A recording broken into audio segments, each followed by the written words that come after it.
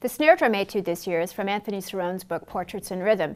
It's etude number 6. It's marked quarter note equals 60 to 66, which might seem slow, but as you look at the piece of music, you'll notice a lot of 30-second notes and quick rhythms. You'll want to use an 8th note beat on your metronome, possibly 16th note at times.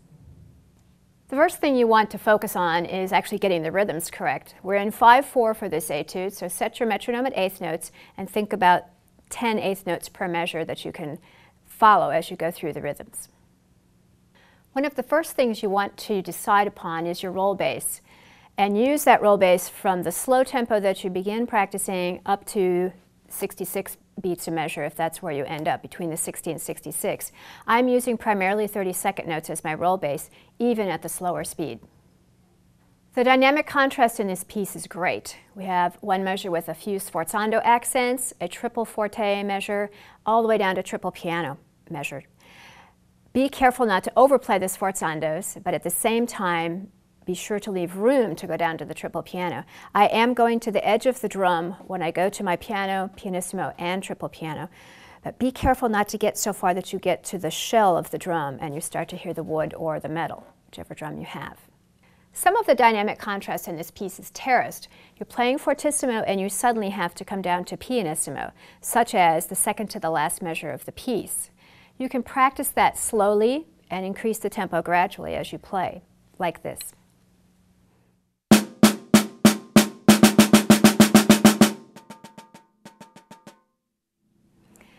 Be sure to practice that with a metronome, as it'll be very easy to rush the second half of that measure. Also in this piece, you have a lot of dynamic contrast. There are many measures where you're starting at fortissimo and you have to do a decrescendo down to pianissimo, back up to fortissimo, and it goes up and down throughout the measure, while you're also trying to play steady 30-second notes. For example, measure 18, the whole measure is fortissimo, piano, and fortissimo at the end. Be sure to practice this slowly, make sure both hands are evenly playing, have consistent sounds in your 30-second notes. Increase the tempo again, slowly, until you're sure that it's completely accurate dynamically and rhythmically, like this.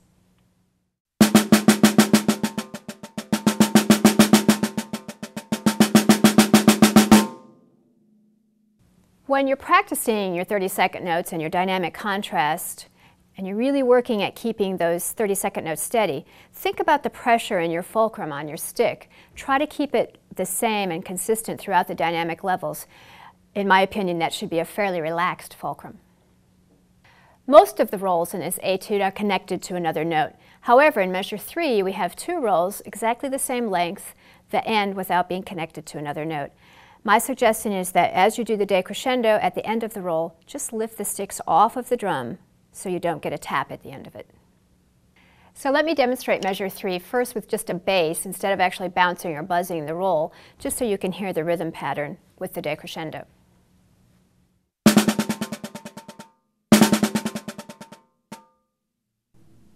And now with bouncing the notes.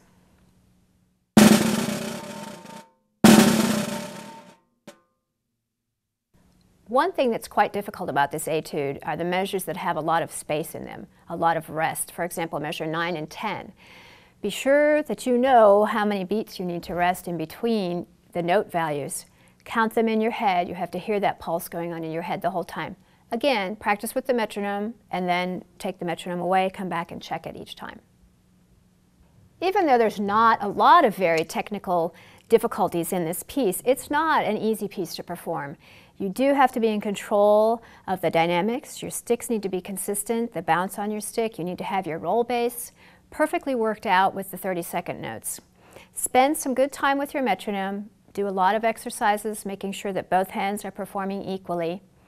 Practice the tempo thoroughly and get up to that 60 to 66 quarter note per measure, and have a great audition.